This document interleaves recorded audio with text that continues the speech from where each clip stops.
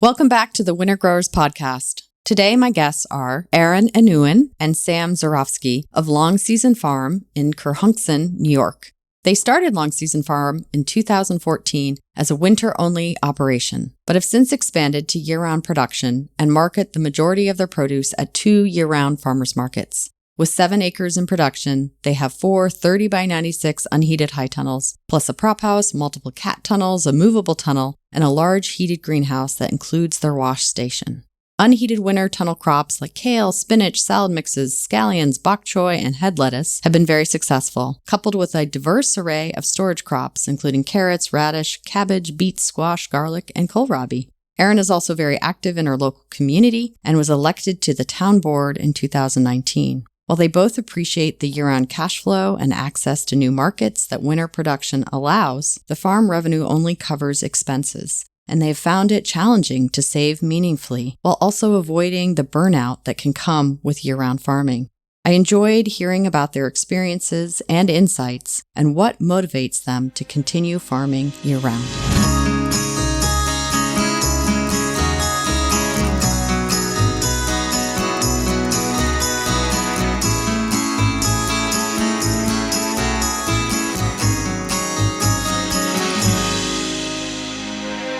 Today's episode of the Winter Growers Podcast is brought to you by Johnny's Selected Seeds. Since 1973, Johnny's has supported farmers and gardeners with superior seeds, tools, and information to help ensure their growing success and help feed their communities and families. The research farm is at the heart of Johnny's, where they trial thousands of varieties and tools every year. Their breeding program uniquely focuses on introducing varieties that meet the needs or solve the challenges mixed market, small farmers, and avid gardeners face. Visit johnnyseeds.com for innovative new varieties and time-tested favorites to grow this season. You can also browse their online growers library, link in the description, for a wealth of free educational resources. The employee owners at Johnny's look forward to growing with you. Today's episode is also brought to you by Rimmel Greenhouses. Whether it's tomatoes to market, flowers in the spring, or your family's harvest, growing in a greenhouse protected from the weather provides the right environment that you need for a harvest that you can count on.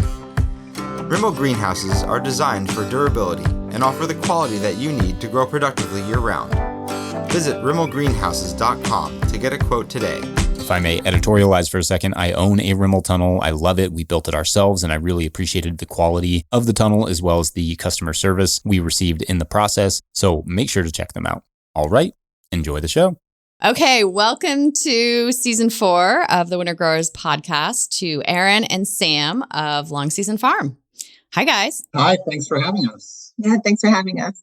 So this is really fun for me because for this Season 4, I've been discovering new farmers that, haven't really been part of my radar. And it's fun to learn more about your path into the farming world. I believe you both come from a philosophy background. Is that correct? Yeah, we met way up high in the ivory tower in Santa Fe, New Mexico. And then we've descended now all the way down to that. So, well, I'm really curious how you go from philosophy to farming. Is there a correlation there you want to talk about? Yeah, I think for us, it was a little different because, we've been together since we were in our early 20s. So we met in college and we went to college that had a focus on philosophy. We both just have our bachelors. So we were both trying to figure out what we were going to do next. And I was going to pursue academia. That was something that I was seriously considering. And Sam was a little unsure. And we were, he was part of that wave, that heady kind of, idealistic. He got wrapped up in the books that were coming out in the aughts. 2007, 2008. And Sam was like, this is the life. And I, was like, literally, there was a moment where I was like, okay, if you do that, bye. So, we didn't know that we were going to end up spending, our lives together. So, but then I was having trouble just like figuring out what graduate school I wanted to go to and what I wanted. And I started just thinking about the life that Sam was talking about. And I thought, well, maybe I'll give it a shot. Like, it kind of makes sense with what I've always done, which was, as a small child, I was always growing things. Some of my first memories are working in the garden with my mom and my grandmother. And I've always had a attraction to that. So for me, it was more like a choice I feel like that I made. Like, I guess I'm going to pursue that path and just see. And there were some high-minded ideals in there in the beginning that we have since like thrown out the window. But that definitely was part of our start was, we wanted to live the best life. But yeah, so that's kind of how we ended up where we are, I guess. What about you, Sam? That sounds right. I think I would add into that we started working on a farm in 2008, and the Great Recession hadn't happened quite yet, but I think that was also sort of like the murmurings of that in the economy. We were just out of college. We had fine jobs, but not career type jobs, and things just kept fizzling instead of happening. And that's when I started reading. At first was The Omnivore's Dilemma, and then it was everything in the farming section in the Santa Fe Public Library. So that was like, I don't know. I'd always worked sort of outdoors type jobs, and Erin had mostly worked in jobs related to food. So, we were doing the thing right out of college. We were spending way too much money at the farmer's market and having our little dinner parties. And and it was just like, let's try this. That's what happened. And where did you both grow up? And you don't come from farming backgrounds. So what part of the country did you grow up in, and what were your influences? So I grew up in northern New Jersey, and both of my parents are attorneys. So that was my world, very like book learning based and argumentative folk. And and then, went to a college that continued me on that path. So it's lucky that I didn't end up in law school. Yeah. And I grew up in Norman, Oklahoma, lower middle class, working class family, always had a garden. And I, had a hard time finding my people. But I really was drawn to academia a lot, and I did debate and theater, but I also was always in the summer. I would be, out there in a bathing suit, sunbathing and pulling weeds for the family garden. And, my dad, we had a greenhouse in our backyard, and, there was always that sort of connection to land. And we also had lots of animals like turtles and tarantulas. And, so we had this very and those are the parts that gave me the most joy. But I didn't connect those two at all. Like, I didn't connect the joy with that at all until I was an adult and was like, oh, maybe I like that. Because in Oklahoma, I didn't hang out with the farmers. There was a farming community, but that wasn't like my community at the time. So. We both have funny stories about at least one of our grandparents with agriculture. So my mom's dad was, I guess, graduating or finishing school in the beginning of the Depression. And he was really into horticulture. And he and a friend started a company where they made some spray that you could spray on horticultural greenhouse plants to kill aphids. And they launched this little company. I think it lasted about 2 weeks because everyone's plants then died. What kind of chemical was it? I have no idea. I didn't hear the story until after he was passed, so I never got to ask. We try not to do that. Yes, Good. And we have a great photo of Erin's grandmother, also from the Depression, turning a manure heap in their suburban Pittsburgh backyard. It says, Mary turning the bull. Well, my grandmother grew up in the Great Depression, and she was a first generation Italian American, and her parents immigrated in the early 1900s and were come from, not wealth, they basically survived by growing their own food in suburbs of Pittsburgh. And it was that, my grandmother was a huge part of my life. We did not get along. But when I became a farmer is when we connected.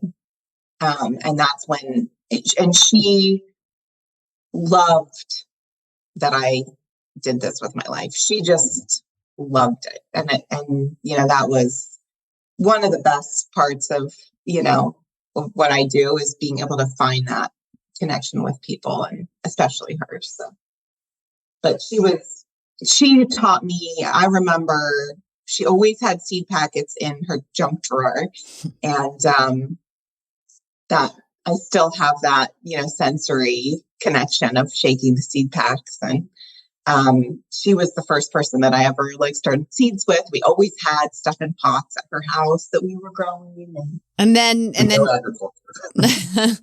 then your paths crossed when you went to college. Is that correct? Yeah, we met in college, and and then that's it. The rest is history.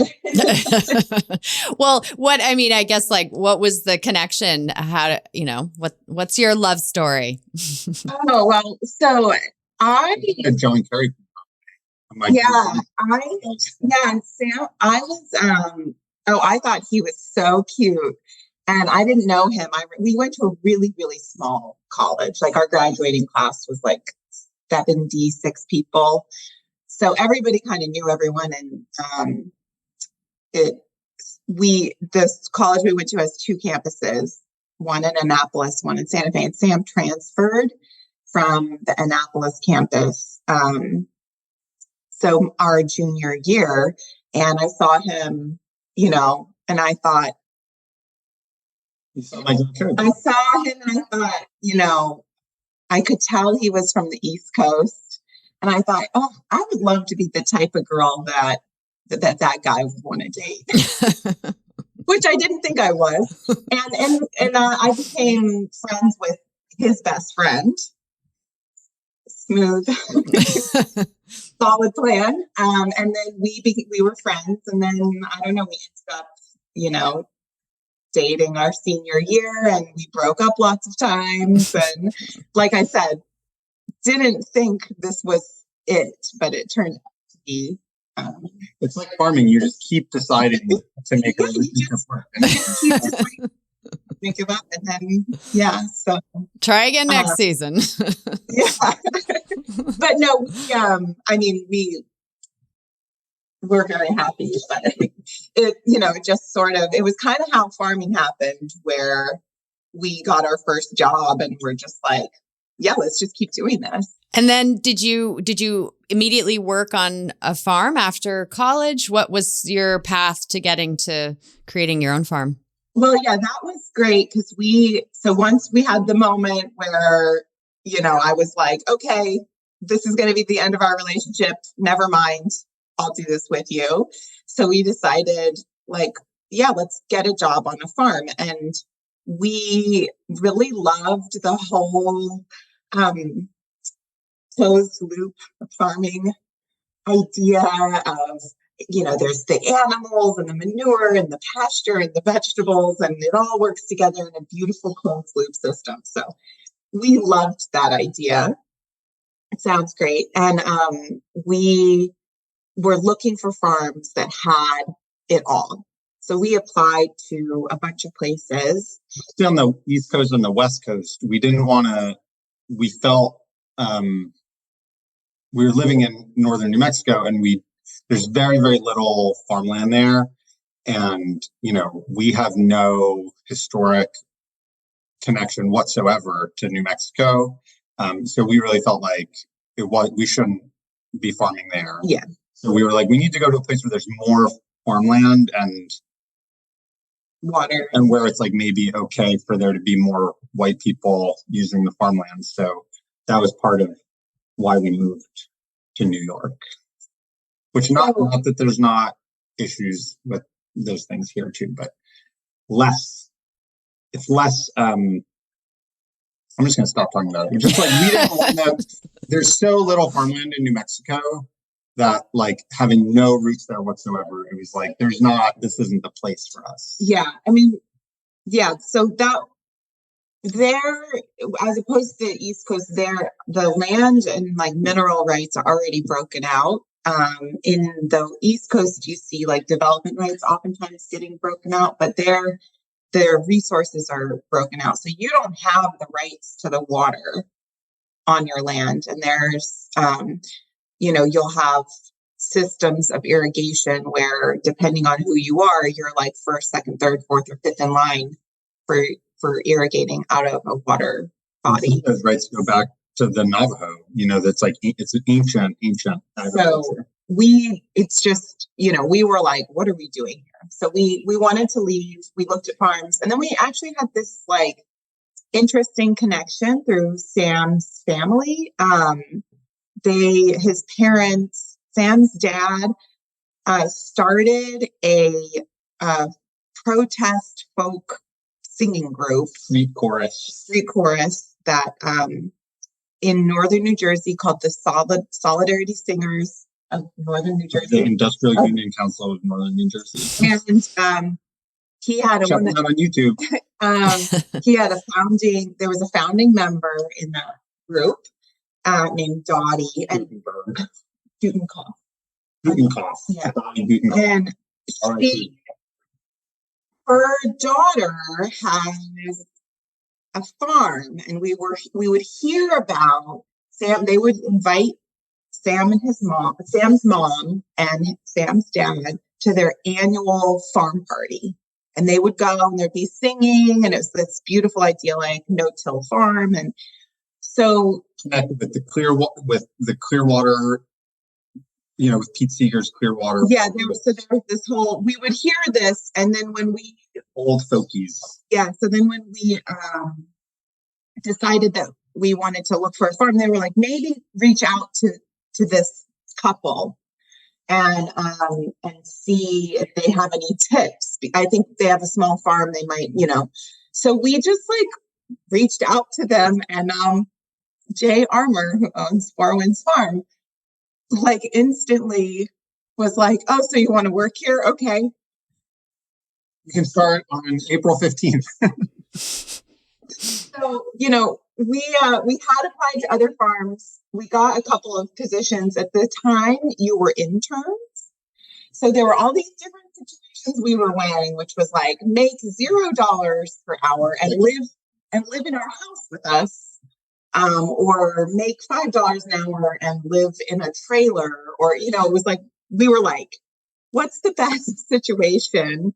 And we ended up accepting the job at Four Winds Farm after having just one very brief initial conversation with Jay, and sold all of our stuff and packed up Sam's Prius and brought our cat Scout, who's still with us, and drove to Gardner, New York to work at the Four Winds Farm. And after one season there, Jay asked if we wanted to take over the CSA portion of his farm as our own. And we did that, and that became Second Wind CSA, which were the founding sort of couple of that rethinking of that CSA.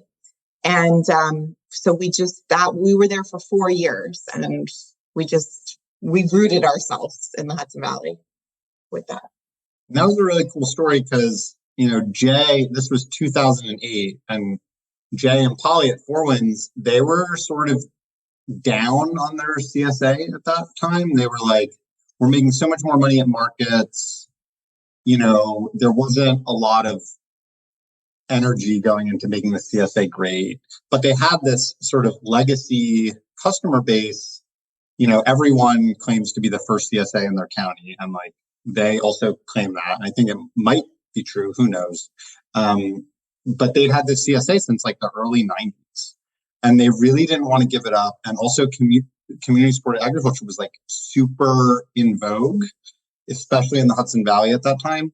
And I remember there was a craft, it's like a collaborative regional association for farmer training. So all the apprentice farmers would go visit all the other farms, and Jay had a craft at Four Winds, and he mentioned that he was thinking of ending the CSA, and it was like audible gasps and like, all these upstart 22-year-old farmers like hurling these not very friendly questions like, why would you do that? Don't you care about community?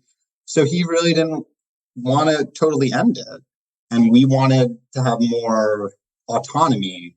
So we came up with this idea where we would lease some of his fields, which were still part of in the rotation at that farm. But they've been doing no-till for 15 years at the time. So we leased, I don't know, like 3/4 of an acre, plus access to the infrastructure. For not that much money. I mean, it was a good deal. For very little money, but then ran our own business. So Jay gave over, the CSA customer list. So then that was also where the name Second Wind at Four Winds Farms came from. So yeah, then a lot of wins there. Yeah, a lot of wins. But that was like I've always thought of that as like our master's degree in farming, because we made no money, but we also didn't really spend any money either. So it was kind of like grad school. And, we learned a lot. We learned how to run our own business, how to grow stuff, how to be responsible to our customers. And for us, one thing that is, you can kind of see our influence in many ways, because we were working on a for-profit farm on land that they owned, that they make a living off of. And we were seeing decisions being made that weren't solely about, like, for example, what Sam brought up is it wasn't like they were down on CSA. It just was like not fitting with the things that their energy and what they were just really good at and really passionate at. It didn't fit in. And so, we were getting a crash course in that profitable business in a way. Like a lot of it, we were absorbing as young, naive people who were observing it. But it was, for me, finding this work was transformative for me. Like I had never experienced such a sense of purpose and like ability, and I'd never known how to try to do something that I didn't know how to do before and fail and want to do it again, like without a lot of instruction. Yeah. And so we were like, for me, it was like, I have to keep doing this, but we didn't want to keep doing Second Wind because we had 3/4 of an acre is at this other farm. We couldn't grow the business. Like we tried, but it was challenging. But we also were like, we want to own our own farm and our own land. And it's going to be micro, it's going to be no-till. And so we both had winter jobs, and those jobs turned into were with small companies that were growing and agricultural related. And so we both left Second Wind after 3 years. We ran that business for 3 seasons. It kind of turned into an incubator where the next people that took it on are good friends of ours, and they now run their own farm. And another person ran it for a while, and now she has worked for us for 5 years as a very important part of our business. And a lot of people took on Second Wind as a kind of incubator and went on to start their own operations in the area. So it's really cool to have seen that. And it closed last year after Like 12 years. 12, yeah. Mm-hmm. Yeah. Of that. So that was pretty cool. But we knew we wanted to like own our own land, and I had no family inheritance or anything. And so we were like, we have to get jobs, and we have to, An income that a bank will. we have to like work for this. So we both had jobs and looked around for a long time for land, and ended up finding the house that we're in now that has 10 acres and 3 open acres of marginal soil. We had very big ideas about what we could do with no-till farming. And so in 2013, we bought this with a mortgage. Terrifying process because they had the house on it, and but also at the right time. I think our interest rate was like under. So when you landed there at 2013, you said, right? Some of the notes that I had read through, you started with the intention of being winter only. Is that correct? Yeah. So when we were doing Second Wind at Four Winds Farm, there was a winter market in New Paltz. And we'd heard about winter markets in other places. I think there was one in Beacon. Troy, New York. And there was one in Troy. And New York City. Four Winds did a little tiny bit of 4-season stuff. Mostly they would have storage crops, and they would do these winter markets. And then Jay Armour, he had this amazing passive solar greenhouse. I think you might have had him on your podcast, but he has this amazing passive solar greenhouse. And he would plant. He was on the note. That's okay. He would plant some things in this greenhouse, and he would kind of bring stuff to this market, and mostly storage crops, mostly storage carrots. And we would do the market for him over the winter because we were around, and if he wanted to go skiing or something, we would just do the market and maybe bring some of the stuff that we had that was left over. And I was always like really bummed because no one had any greens. There's pea shoots. And there was just like pea shoots. And I didn't really like pea shoots that much. And I was like, I knew that there was this possibility because Jay had these like kale plants. I was like, there's got to be a way to. And so from there, I was like, I'm going to do that because I want to eat greens year round. And I think it's possible. So that was when, like way back then, I was like, that was my purpose. Is I was going to feed myself and make some and sell some of it. I started doing like cold frames. Yeah. Like made out of old windows.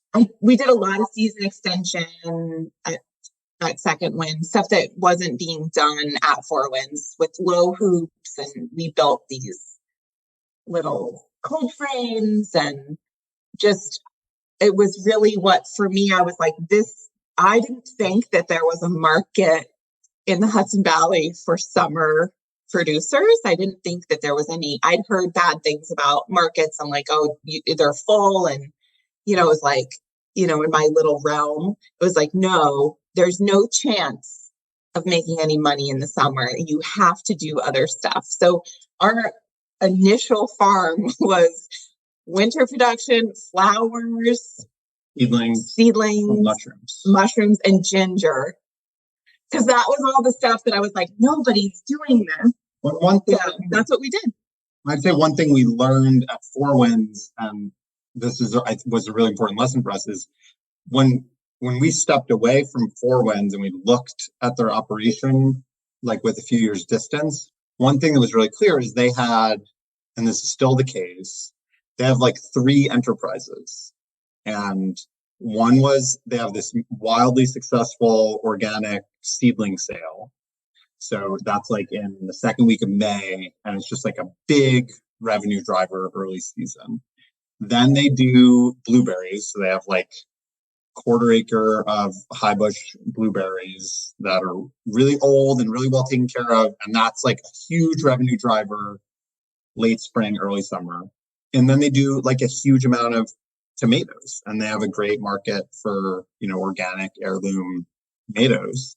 And those 3 things are the core of the business. And then everything else that they're doing is kind of in a supporting role. At least that's how it looked to us. So when we were starting out, we were like, well, we're not going to be able to get into a good summer market. We need like some sort of anchor enterprise. And we also need like almost like a wedge And to get into the good market. we didn't want to do a CSA. Yeah, we didn't want to. We were done. We didn't want to do a summer CSA. We didn't want to do a summer CSA. So we were done with that. And we could see The price competition. this is one of our values that we've like brought in. We could see that everyone was undervaluing their work and their produce. And I was pouring my blood, sweat, and tears into these shares that were worth so much more than what I was getting for them. And that was the landscape at the time. And we just, in our area, we just didn't want to do that anymore. So we were like, we're going away from all of that. And for me, the winter was really the main driver behind us starting our own operation. As soon as I saw that, when we were at Second Wind, as soon as I saw that potential, I couldn't let go of it. So that's what kept me going. But we didn't really know anything about how to do it. Yeah. So fast forward 10 years later. Now? Yes, to now. Okay. To what does your farm look like? What's the layout of the farm? How many tunnels do you have? What are your markets? Yeah. How have you grown in the last 10 years to where you are today? Okay, so when we launched our farm, it was with the seedling business, and we had a 12-member winter CSA. And so today we have the land that we own. So that we call that our home farm. And here we have 2 big, 30 by 96 foot tunnels. And then one of them has an extra 25 feet on the end of it, which has our washback in it. And then we also have a movable tunnel here. And then we have a leased property. So we have a 30-year lease on a piece of much, much, much better agricultural land that's about a mile from our house. So that's an important fact about it. It's very close. And there we have our greenhouses there now. So that's 22 by 76 or something like that. And that's a heated structure with bench production of seedlings and some microgreens in the winter. And then we have 3 30 by 96 Rimmel nor'easter tunnels there, 2 of which were just completed in January of 2023. And then we have basically 5 Caterpillar tunnels, which are 14 by, they're 88, which is just because we needed them to be that size so they fit in with our laid out roads and stuff. So that's what we have now in terms of tunnels. And then we have, so we're managing 12 acres of land, which is kind of 2 acres here at our home farm, and then the 10-acre leasehold that we have. And then we're growing outdoor vegetables on 7. The literal footprint is 7 acres. Yeah. We do half-acre blocks. And you're using, for the field production, you're using tractor support. Yeah. Yeah. We as soon as we we had a coming to a few years ago, and we switched. Crossroads in 2018. Yeah, and that's when we expanded our operation and started using a tiller and going that route. So so in terms of our winter production, so we gross well into six figures, and for our main production, our winter production went from being the majority of our sales to now it's about a third of our sales we attribute to winter and storage crops. So we grow about 20,000 pounds of storage crops a year. So that is a big chunk of, though the prized value, the thing that makes people come to us is the greens that we grow in the winter. What's the breakdown of those crops, of the storage and the fresh crops? You mean like what they are or the percentages? Yeah. What are the varieties you're growing? Or yeah, what's just generally but what would also be the most popular of both the storage and the fresh? It's so interesting. We at the farmers market, because we have we do two markets year round, and then we also have a CSA that used to be the heart of our farm, and now we had at our peak we had 110 members, and this past year we have 55. And so we used to grow our storage crops mainly for the CSA, which meant that we were growing a lot of stuff that isn't actually as popular. So the most popular thing that we do, I would say, are carrots. So we only grow storage carrots. We don't do winter carrot production. And we do like tunnel carrots. Yeah, so we grow, that's about 6,000 to 10,000 pounds a year. I think last year was about 7. It kind of depends on the year for our yields. And we just store them, and they keep until March, April. So that would be the top. That's our most popular. And then I would say after that, it's potatoes. But potatoes is another one where it's like you have a make or break year for those. And in terms of like what we end up growing, like I always grow too many radishes. We reduce it every year, but then the yields also seem to go up every year. And this year, like shrunk it down to 5 beds, and it's like same amount of radishes as carrots, and so much less work. And listen, people, if you're not eating radishes every day, you're making mistakes. Yes. We actually do eat them every day, but so I'd say radishes aren't the most popular, but sales wise they are. But I think it's because we have so many, and we're like, pushing them. And then let's see. For greens, it's kale, salad mix, and spinach, and scallions. We sell. Yes, scallions is our new. Like I'm going to do the most profitable. We're doing a full tunnel of scallions next year, like a full on big tunnel. No. Well, we have, there's the caveat, the one tunnel that has the wash pack in it, we're washing and packing 1 to 2 days a week. And then there's a day where we're like washing crates. So there's like 2 to 3 days a week where we're in that tunnel for, 8 hours.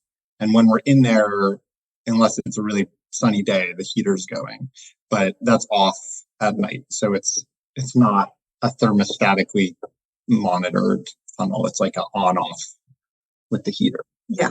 So then you're using a lot of row cover then, I'm assuming. Mm-hmm. And this year it hasn't been quite so much. But we do use a lot of row cover. We have a few years ago, we just made a decision-making free cheat sheet. So we do a layer for every. So if it's above 27 degrees, forecast low, no row cover. Unless we're harvesting first thing the next morning, in which case we do. It's 27 down to like about 19. It's just one layer. 19 down to like 13 or 12 is 2 layers, and then 12 down to about 0 is 3 layers, and it's all. And then under 0 is when we're like old shitty road. We're like piling into the stuff that we know is the most sensitive, or like if we're harvesting that week. And then we do heat our greenhouse, and we have a germinator. So we have 4-season seedling production, and we do microgreens and pea shoots. That's mostly because we do the CSA though, and there's a lot of anxiety about having enough greens for them. One of the things that sets us apart, I think, for our customers and for our own, the way we do things, is that obsession with greens hasn't gone away. So our winter CSA shares, even this time of year, there's 7 generous servings, items of different greens. And then this past distribution, we had 4 roots. And so it's we don't have the type of share that's 6 types of roots and 1 bunch of greens. It's people are buying our shares because they want that abundance of greens. So we've never lost that part of what we do. We stick with that. And cabbage is sort of checks both boxes. We grow a lot of cabbage as a storage crop, but it's sort of, it's a green. So we can. Yeah. So what I was saying about the greens is because of that, we're anytime a crop is done, we want to replace it with something. Usually we're replacing with a greens item. And I used to have this no heat, no propane, no fossil fuel, but to produce the seedlings, to have them, it really doesn't. I found even just physiologically, they don't grow well if you haven't grown them in a heated greenhouse. So they bolt, the conditions, even if you can get them to germinate, they're not going to thrive once planted. So we grow them. We have a germinator, and then we heat our greenhouse to about 35. So I don't grow anything that can't handle that. So it's spinach and brass greens and paper chains in the deep winter.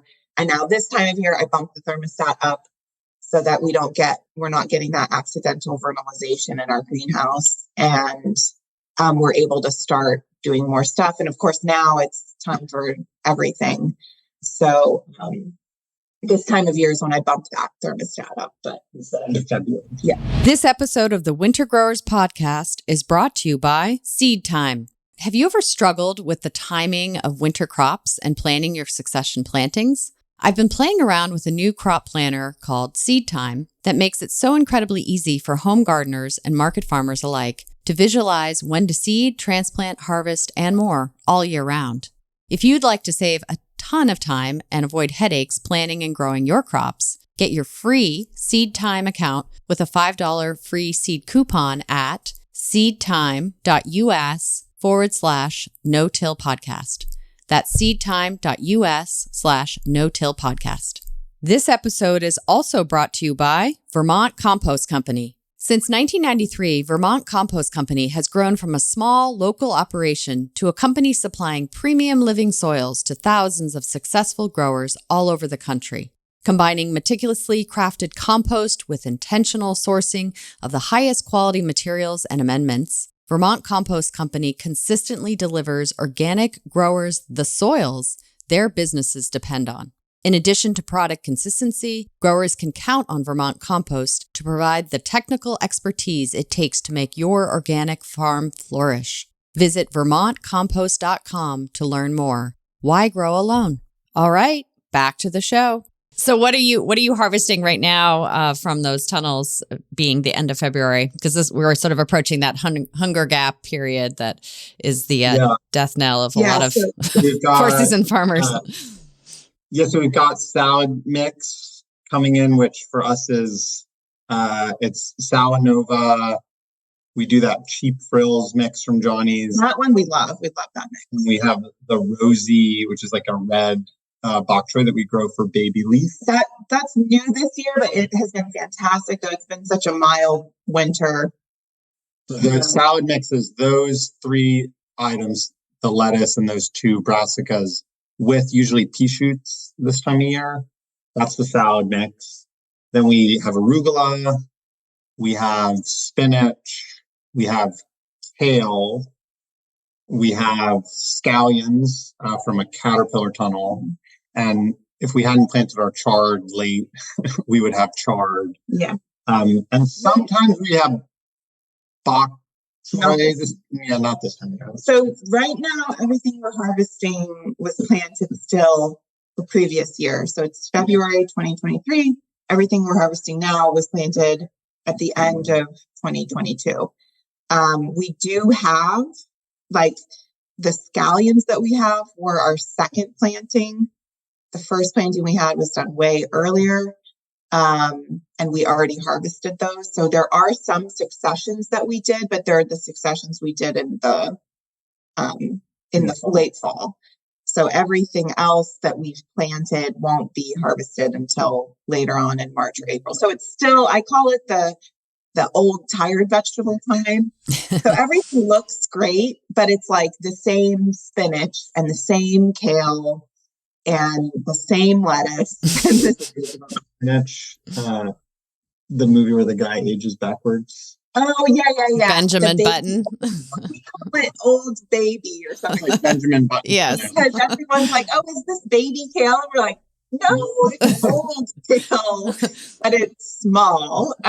So, it's like, I say it's a savings account that we deplete, as we approach the hunger gap. And then we have some things that are like placeholders that are kind of the one cuts that'll hopefully get us through March and April until you have like May is when we start to have more stuff. But we had really, really nice shares last week. But a lot of that was because we do the pea shoots, and I do what I call micro mesclun. Microgreens aren't really my thing, but I try to do it, my style. So it's really colorful and I put herbs in it. And so it's this bright sort of fragrant,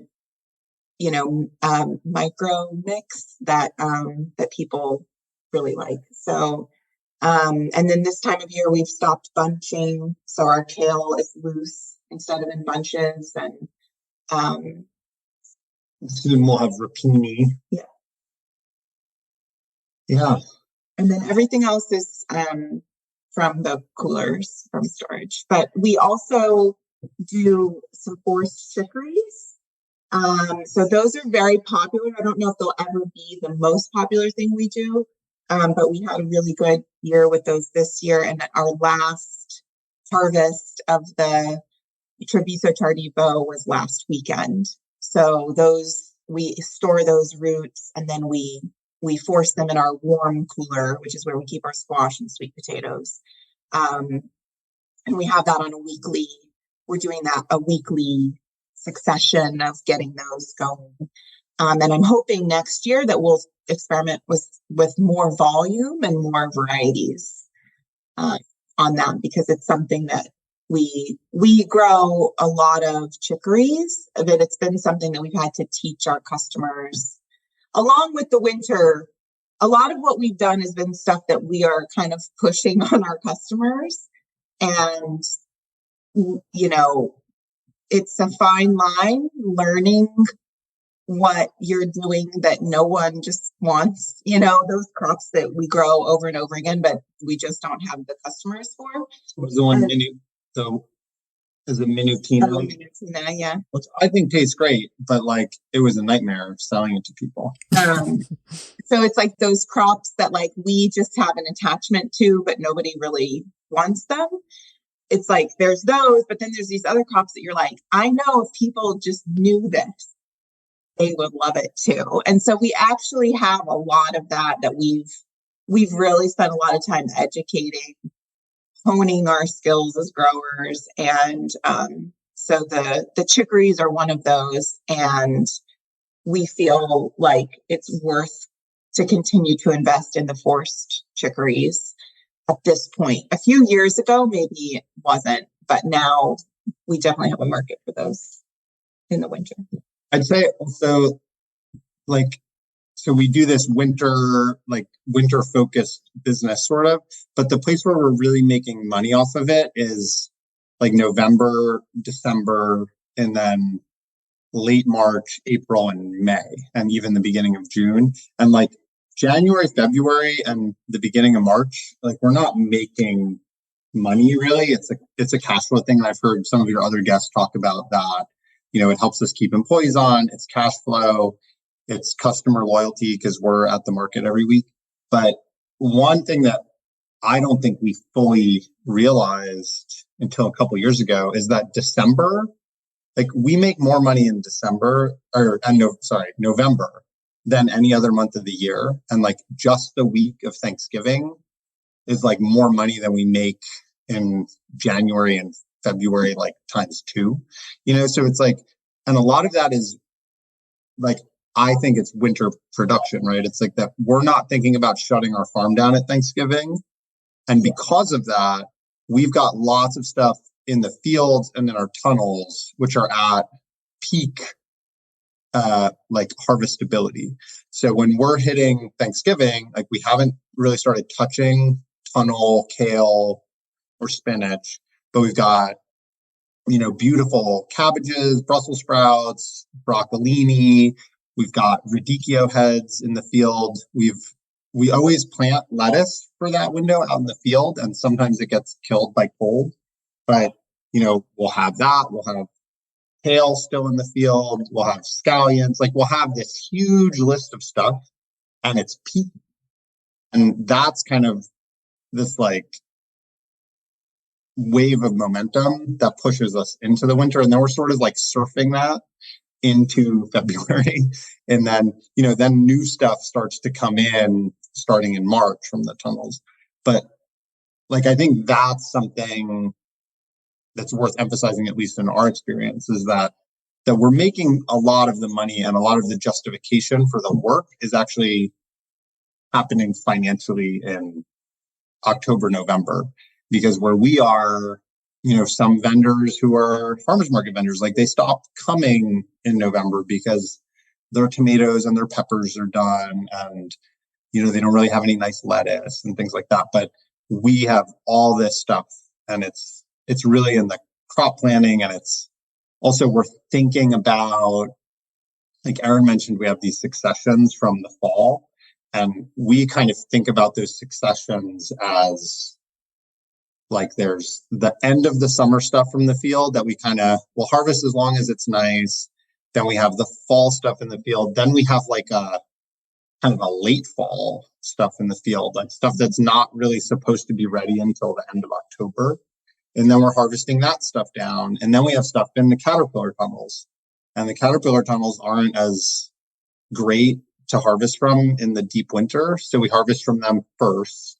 And we like pick them back, and some stuff we let regrow, but we kind of like deplete them. And then we go to our big tunnels. So by the time we're in our big tunnels, usually we're at the end of December before we're harvesting from them. And then we're drawing that down through like now through the end of February. So it's like, but all of it happened starting with, the seedings that are starting in, right after the solstice. And it's like these successions that are happening through the summer. And that, like Erin really kind of helped us figure that out on the farm. But, that's something we emphasize to other growers, is that a lot of the winter farming is actually outdoor field farming. And you're just like thinking about it a little bit differently and managing the timing and the harvest a little bit differently. Like we learned this from the Arnolds, Paul and Sandy Arnold at Pleasant Valley Farm. But like when we're going to get our first really cold night in November, we'll go out with woven like polyethylene grain bags. We'll just like top all of our kales, and we put it in our cooler, and we can bunch that for usually like 2 to 3 weeks. And it's beautiful, and it's super sweet, And it just means that we don't have to start touching the stuff in our tunnels for even longer.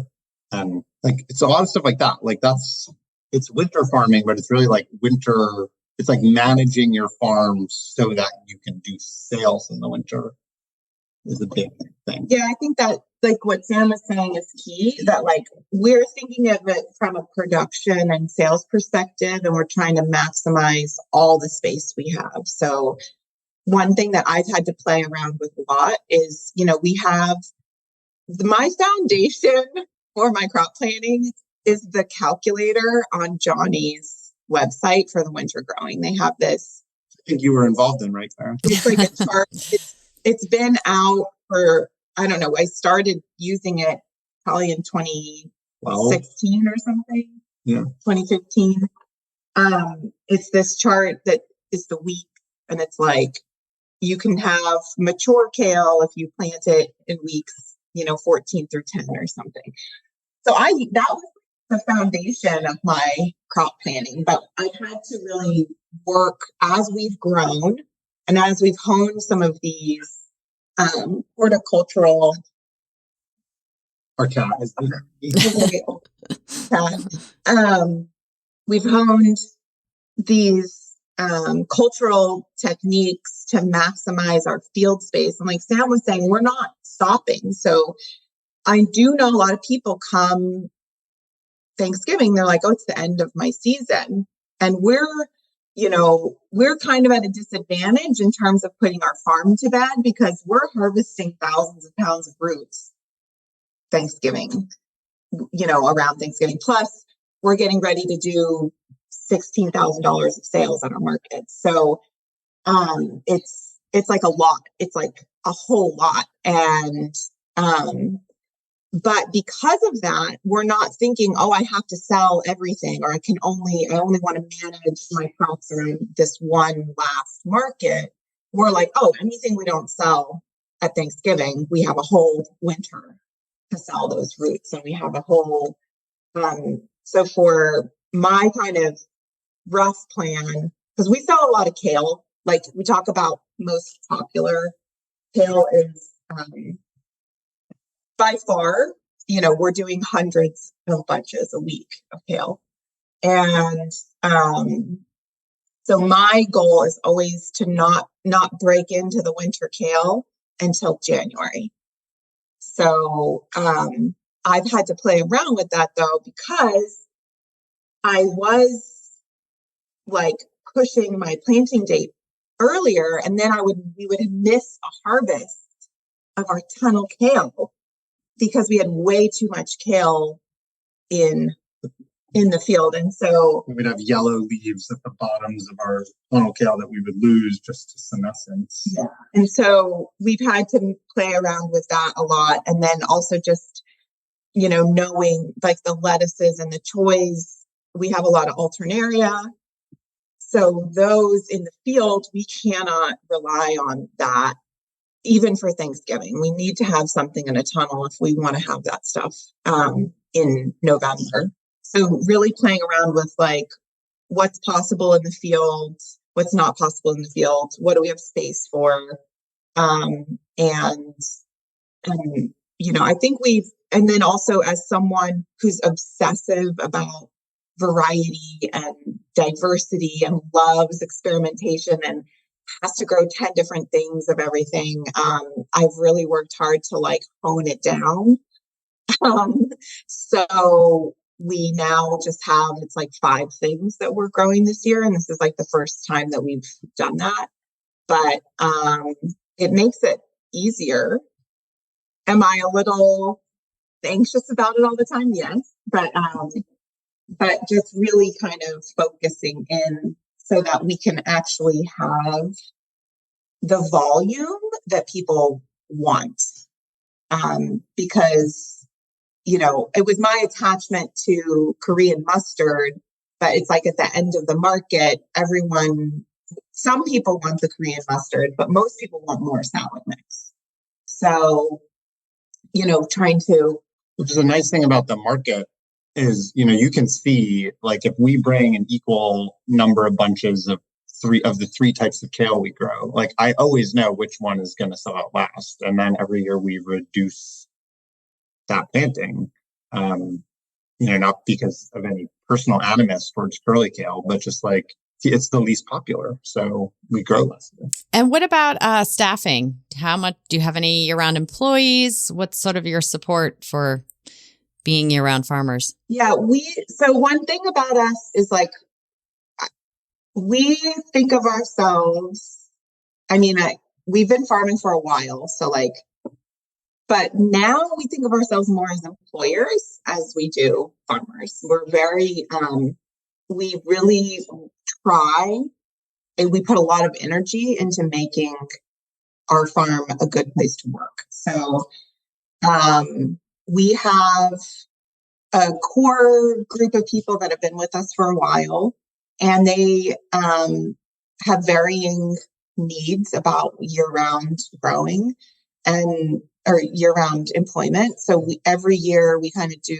an end of the season, kind of interview with everyone and get everybody's needs down.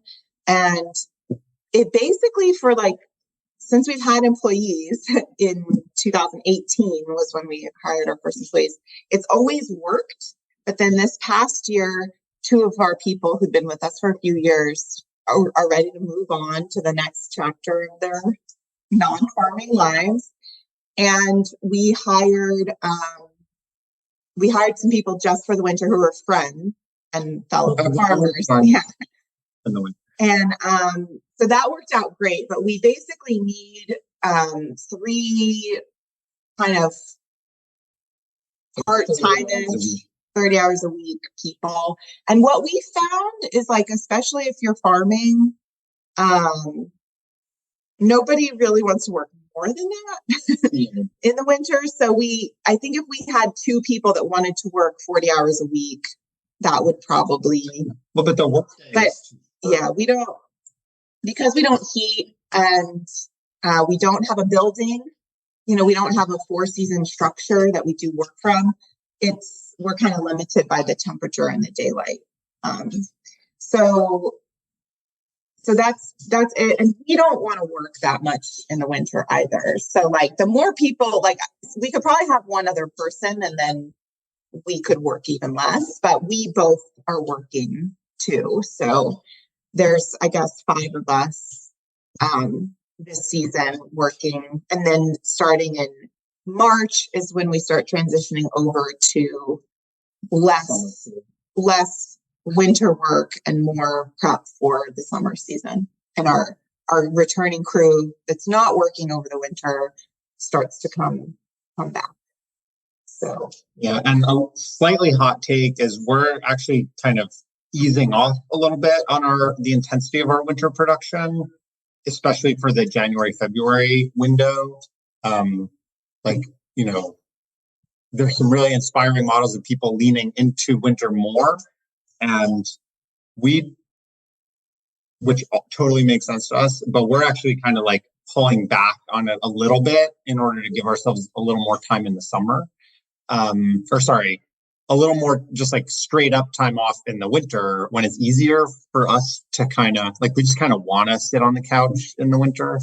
And in the summer, it's hard, even on those days off, to not, like I'll plan a day off and then I'll end up going and like mowing a field and disking it. And it's like, that's hard. So we're recognizing that January and February are our least remunerative months in terms of sales, and like we can still have sales but kind of do less in those months, and we've been sort of trending in that direction, like maximize November, December, maximize like March through June, ease up on the reins a little bit for January and February.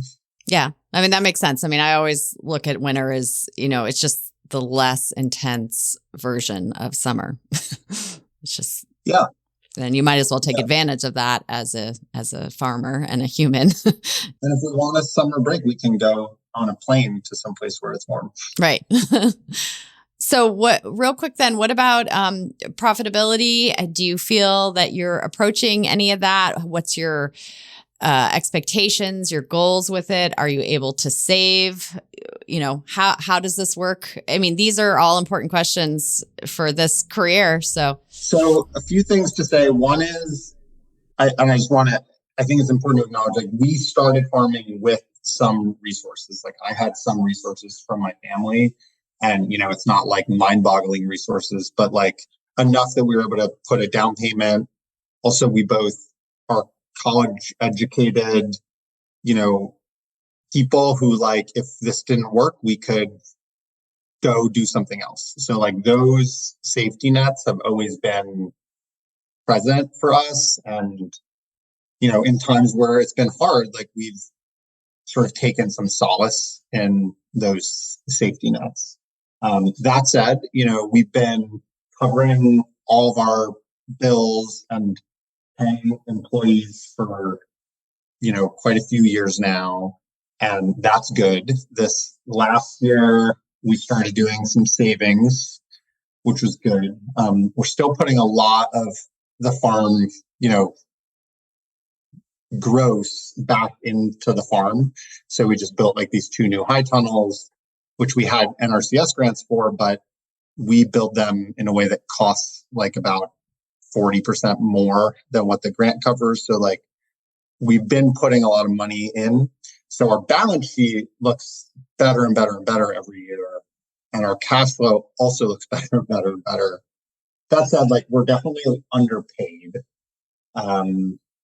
Our farm probably grows. We haven't finished our financials, but, probably somewhere like 425,000 last year.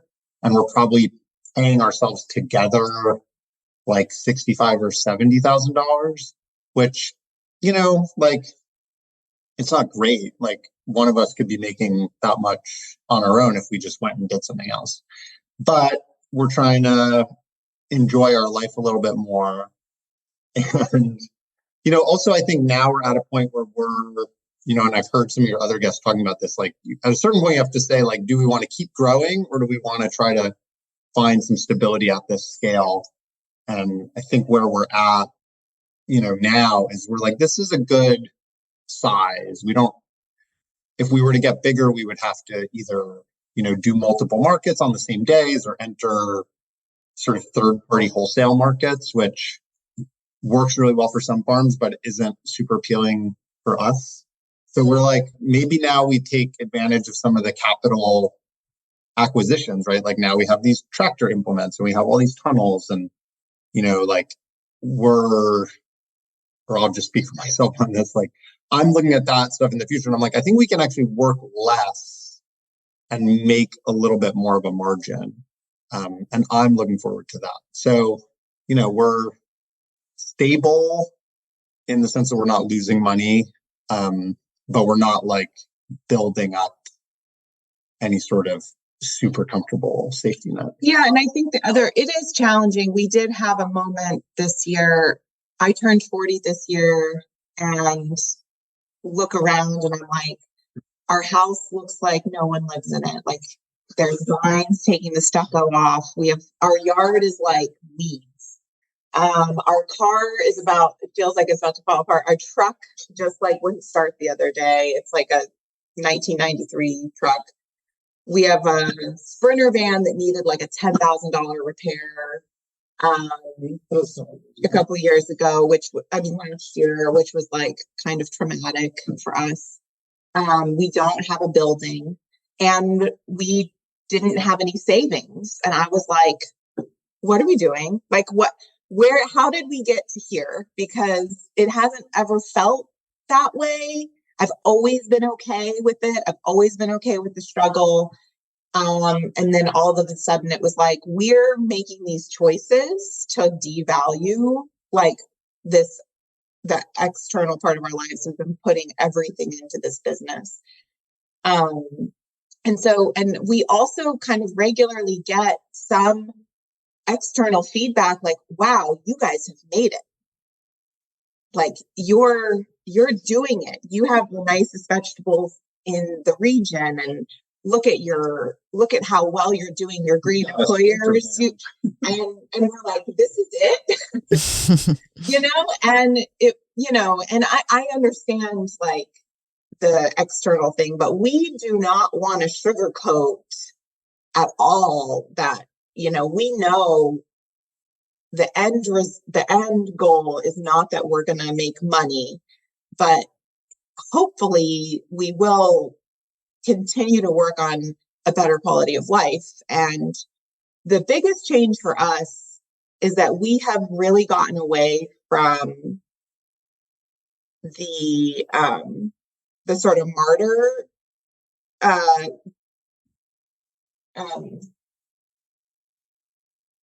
complex descriptor of like the work, and we really try to catch ourselves when we are feeling like, oh, I have to do this, or the kind of competition of how many hours you can work and how dedicated you are. And that's something that we try to not encourage in our workplace or with each other. And it's really helped us to start to see like, well, do I have to?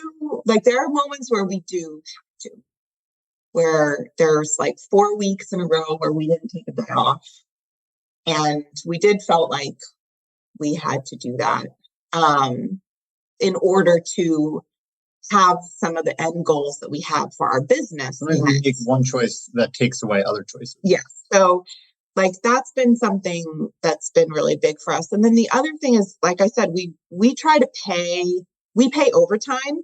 We believe that farm workers are workers, that they shouldn't not have the same rights as all other workers. And if you are working at our farm and you work more than 40 hours a week, you're getting overtime. And we also feel like $15 an hour is not enough to do what we're asking. So right now, I think our starting pay is like 18.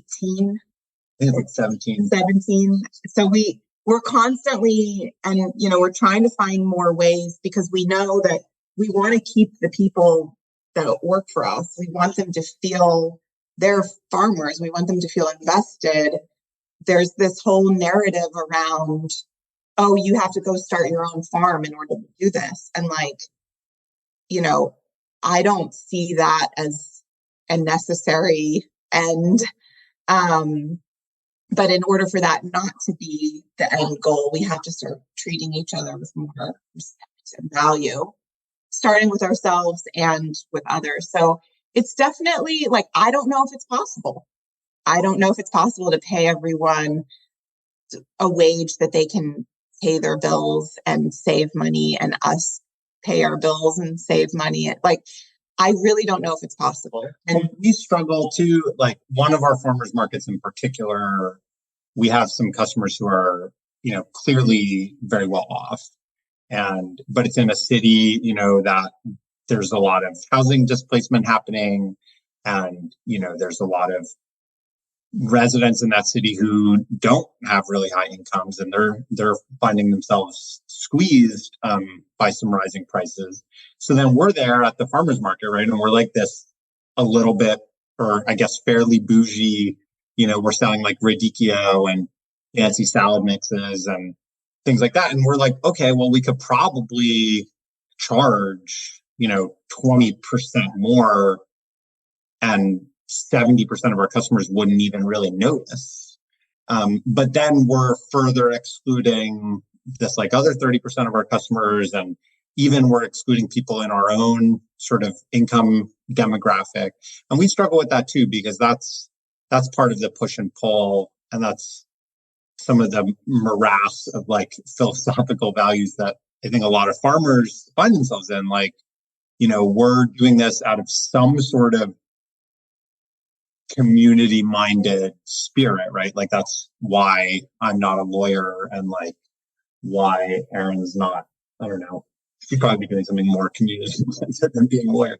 But, like, we're not doing this for money, obviously. So we're doing it for something else. And then how do we balance that something else when push comes to shove and, we have to pay our people? And it's just like, it's tricky, because sometimes it does feel like we could solve some of those problems by just raising prices fairly significantly.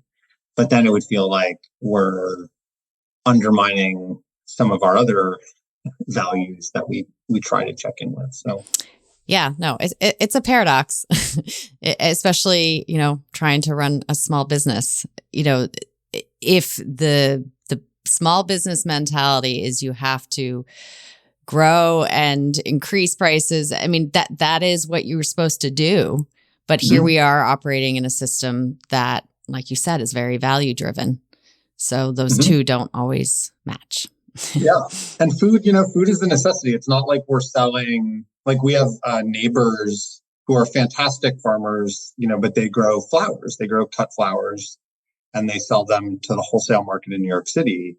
And like for their market, like raising the price doesn't have the same weighted, like, am I making it so that it's going to be harder for someone to eat, or making it harder for them to eat high quality stuff, right? Like they're like, this is a rich person buying a bouquet, as a gift for someone. And like, if it's an extra 50 cents a stem, not that they don't struggle. I mean, I think we all struggle with pricing. And I think one of the things that, I was talking about before, where we had a lot of high-minded ideas about what we could do as people farming. And one of the things we've had to do is say, I can't fix everything, and I have to make the decision the best I can about the things that are going to take care. Like, I'm just running a business. I mean, I don't want to say that I don't love this industry, but I am running a business, and like, I'm not saving the world. And, I think I used to think that I was, and I'm not. And so, we've had to really. Our jobs are growing and selling vegetables and trying to treat our team as well as we possibly can.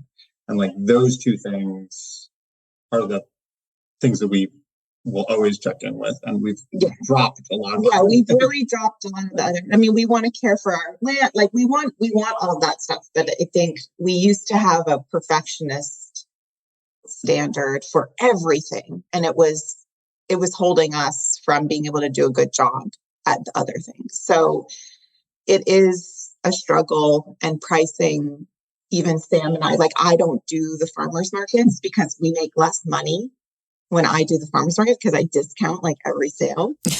And it's like 5% less. Yeah, it's true. It's not like we're not selling less vegetables. There's just like less money because I'm like rounding everything down because I'm like, that's too much. And so we've had to work on some of that stuff, but definitely it's hard. Yeah. It's hard. Yeah. Well, thank you for all those reflections. It's always interesting to hear everyone's perspective on this very complex, complicated topic. So, well, let's jump into the lightning round. You guys ready? Go. Okay. Number 1, favorite crop to grow, cook, or eat? So I'm a grump, right? Like I don't feel like I have a favorite crop. It's like whatever is nice that day. So like right now, I guess it's spinach right now, but like a lot of times in the summer, it's like bok choy or broccolini. It's just like whatever is nice that week. And then I like to eat it and cook it. And I have like crops that I don't like growing. So mine is easy. My favorite crop to grow is fennel. Oh, good Not one. favorite to eat. I just love growing fennel.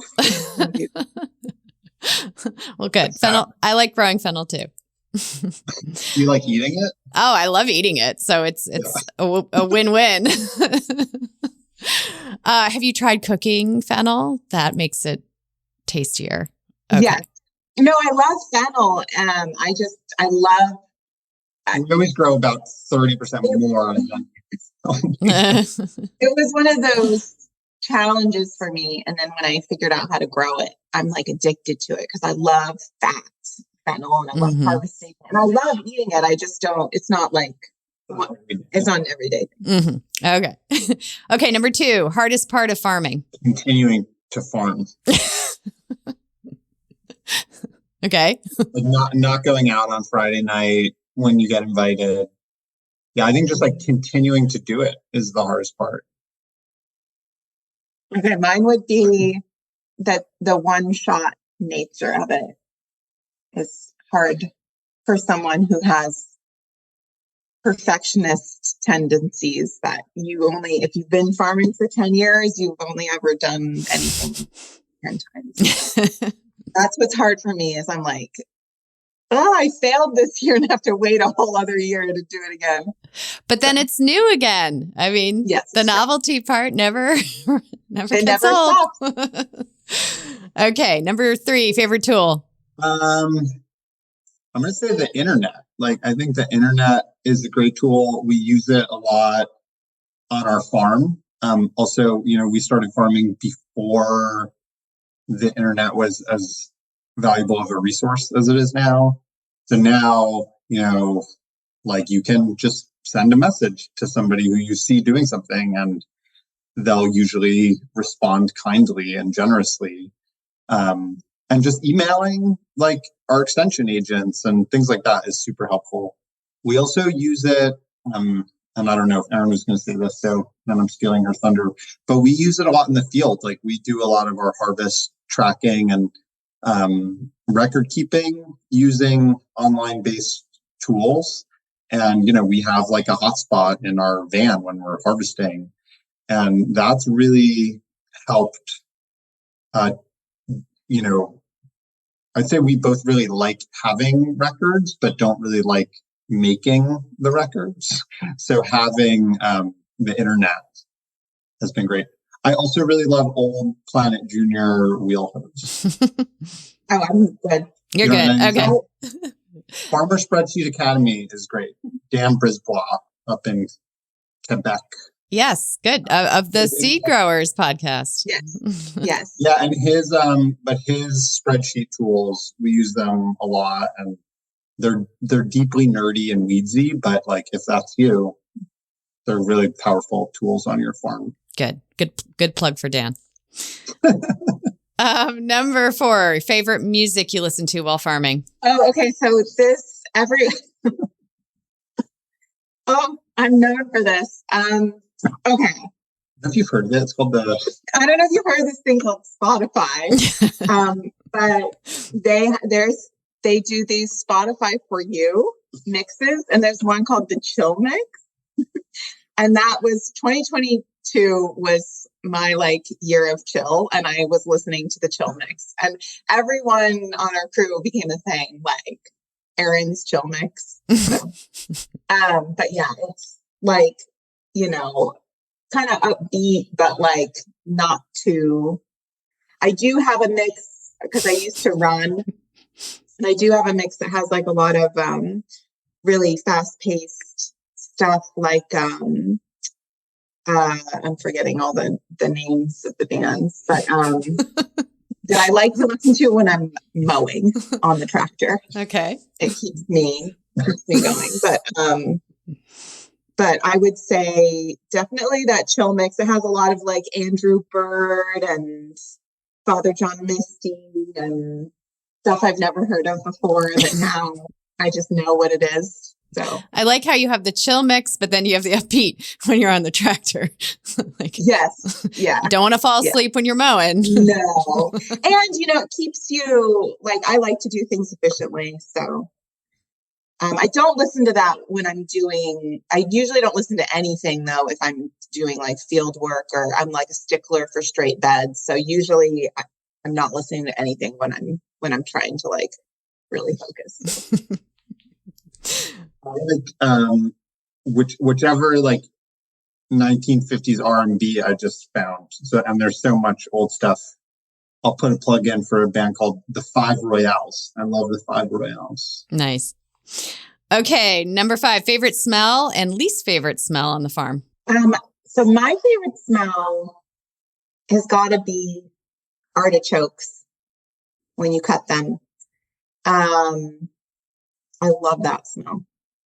Least favorite smells. Oh man. I mean, we grow storage crops, so I mean, it's a toss-up between rotten potatoes and rotten peppers for me. Okay. Yeah, it's whichever rotten thing you didn't expect to be encountering in that moment. So like when you're harvesting and you reach your hand and like all of a sudden your hand is inside of a winter squash, that's the worst smell. Or inside of whatever, like when it's rotten and you didn't think it was going to be rotten, and then it's on your pants or something, like that's the worst. Well, you get both the smell and the sensory experience. That's disgusting. Yeah, yes. it's not good. Okay. Number 6, how do you turn off farming, or do you? I mean, there's like sleep at the end of the day is usually pretty good. I don't usually dream about it. You know, I have a whole other like life outside of farming. And so, but I'm definitely not like thinking about farming when I'm doing that. As an elected official, she serves on the town council in our town. Wow, congratulations. That doesn't help me turn off. So I've had to learn this past year. I've worked really hard to try to find ways of doing things that are not that and are also not farming. So, you know, being a little bit more social. We've had more, because the pandemic hasn't ended, but we did more socializing and more hiking, and I go to the gym in the winter and a lot of sleeping in. We also are big, like, we're millennials. Like, we watch a lot. We consume a lot of like TV, which is maybe not a good thing, but that also helps us turn it off. So at the end of the day. Yeah. Well, good. Number 7, then what do you love besides farming? I really love music. I like playing music and listening to music. I like reading. I like reading history. It's hard. I have a harder time. I like these really heavy, thick history books that take me a month to read. And those are hard for me to get into in the summer, but in the winter, I like them. Yeah, and I haven't quite figured that out yet, but what I do with my time is I like to cook. I do a lot of pickling, and every year on my birthday, I want to go berry picking, which Sam thinks is like hilarious because he's like, you want to go harvest stuff on your birthday? But I like being outside and hang with our dog. I love our dog. Not farming. What would you be doing if you weren't farming? Yeah, I'd probably be a lawyer. Really? Seriously? Yeah, no, for sure. Yeah. You don't think so? You mean like if I stopped farming now, what would I be doing? I mean, I wouldn't have enough money. I would have to get a job. Yeah, I think like the alternate path for me was probably being an attorney. I don't know if that path still exists, but there's definitely another universe where that's me. I don't know if I'm happier or not, but I probably have more money. I'd probably be like in the food industry. I'd probably be doing some sort of like professional baking or cooking or value added. Like, I think that's probably. Or like running some small company. Like we both, in our farming interlude, we were both working at these small companies where like if we hadn't, or like I'll speak for myself, right? If I hadn't left, I'd probably be working in some ag adjacent industry, probably like managing some size of the upper, like, I don't know, something like that. I don't know if that's a very exciting answer. Be an astronaut.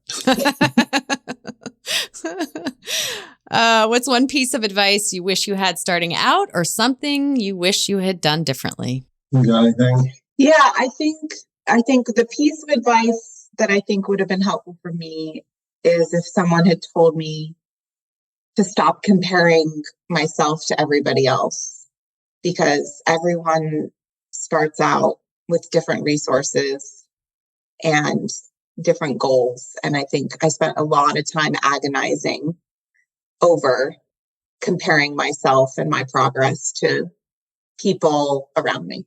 Yeah, I guess the thing that's coming to mind is that it's it's good and okay to think of your farm as a business and to like focus on the things that you enjoy, right? Like we're doing this because we like it, but finding it's okay to seek out the place where that overlaps with things that are profitable for your farm.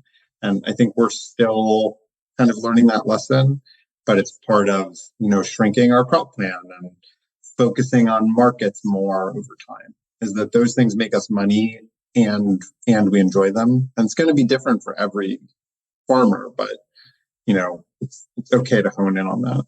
How do you relate to that which is out of your control? I'm like pretty okay with that. Like like when it's a really crummy weather day on the farm and our crew's just all together before the beginning of the day, and we're like, look, it sucks today and we really can't do anything about it. So let's just be in it.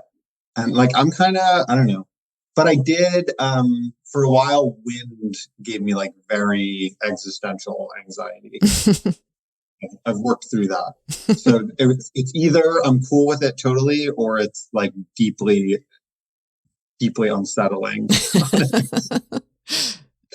Yeah. I mean, I'm a little different. I try to maximize my control in this situation. I think ultimately though, and I'm a worrier, I'm a strategic pessimist. I do a lot of advanced worrying, which I think means in the moment, I think I'm a little bit more prepared sometimes for like.